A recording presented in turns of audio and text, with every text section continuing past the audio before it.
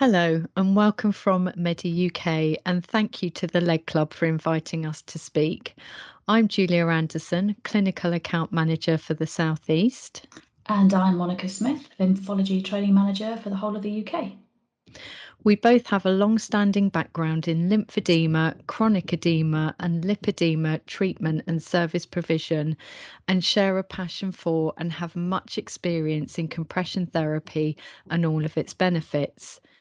In this podcast, we shall be covering what chronic edema is, what to look out for, how to seek expert advice, and we shall also give you a few tips on what you can do right now to help your legs and feet. So, my first question for Monica is that there are many forms of edema, and more specifically, can you tell us about what chronic edema is? Yeah, sure. Chronic edema is a broad or a comprehensive term that means swelling of the tissues and the skin that's been there for longer than 3 months. The term's quite interchangeable with lymphedema, but both mean that the lymphatic system has been overwhelmed with fluid. You might be familiar with the terms primary and secondary lymphedema, but chronic edema often has other contributing factors such as reduced mobility or an increase in weight or damage to the veins. But basically, chronic edema is the same as lymphedema, it's just been there for longer than 3 months. When looking at our legs and feet, what chronic edema signs should we be looking out for? And it's really important that we get treatment very quickly, but chronic edema, obviously, I've said has been there for 3 months, so it's a gradual onset and it's swelling that doesn't resolve overnight. You might find that your clothes or your shoes start to become tighter, very difficult to get on, or the limb, your leg might start to feel very stretched, the skin is stretched, or it might start to thicken over time and you start to feel an altered skin texture. It might start to feel a little bit bobbly or uneven. Your limb may feel heavy as well in that affected area. And the skin may also, because of this stretched and this increase in swelling, when you press it in, it leaves an indentation. This term is known as pitting. If we leave a chronic edema and we don't get treatment, then the shape of the leg is likely to alter as well and become distorted. So some general things to look out for there. Oh, thank you, Monica. So, if anyone listening has concerns regarding chronic edema, when should they seek expert advice? And ideally, who should they be seeing? Well, our first port of call really is always our GP. He holds or she holds the key to our health really and can signpost us in the right direction. So if you've got an anxiety that your swelling isn't going down and it obviously lasts for the 3 months, try and get advice from your GP as soon as possible. But if you notice any alteration to your skin, so if it starts to become reddened, or you get an irritation, or it starts to itch, or it starts to weep, if you get associated flu-like symptoms, and nothing to do with COVID in this instance, really, but if you notice any redness or irritation, and you start to feel unwell, then get to your GP. Go and see them if the swelling doesn't go down overnight after this 3-month period.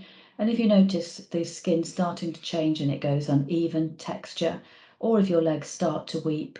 So anything that you don't feel is right, go and go and get support from your GP right away, really.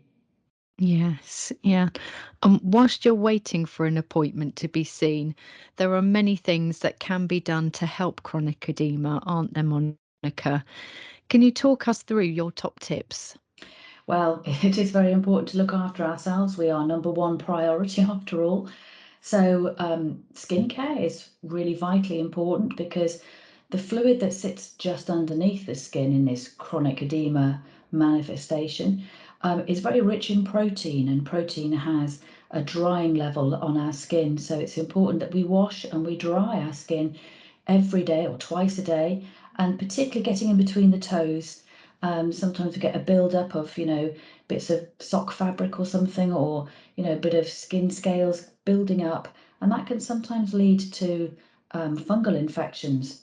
So we want to wash and dry the skin very carefully and then apply a bland moisturiser. It doesn't need to be fancy or expensive, but just end that moisturiser going in the direction of the hair follicle, so going down towards the feet. Top tip is never moisturise in between your toes, because again, you can lead to all sorts of problems building up.